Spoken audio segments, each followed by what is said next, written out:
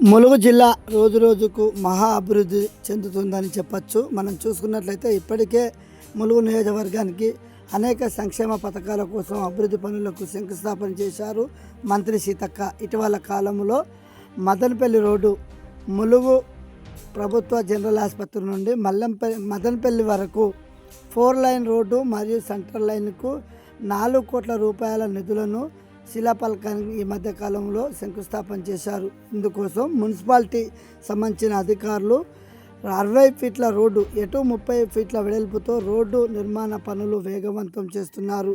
ఇప్పటికే పత్తిపల్లి రోడ్డుకు సంబంధించినటువంటి షాపులు ఎటు 30 ఫీట్ల వెడల్పుతో మార్కింగ్ చేపడుతున్నారు మున్సిపల్ సిబ్బంది.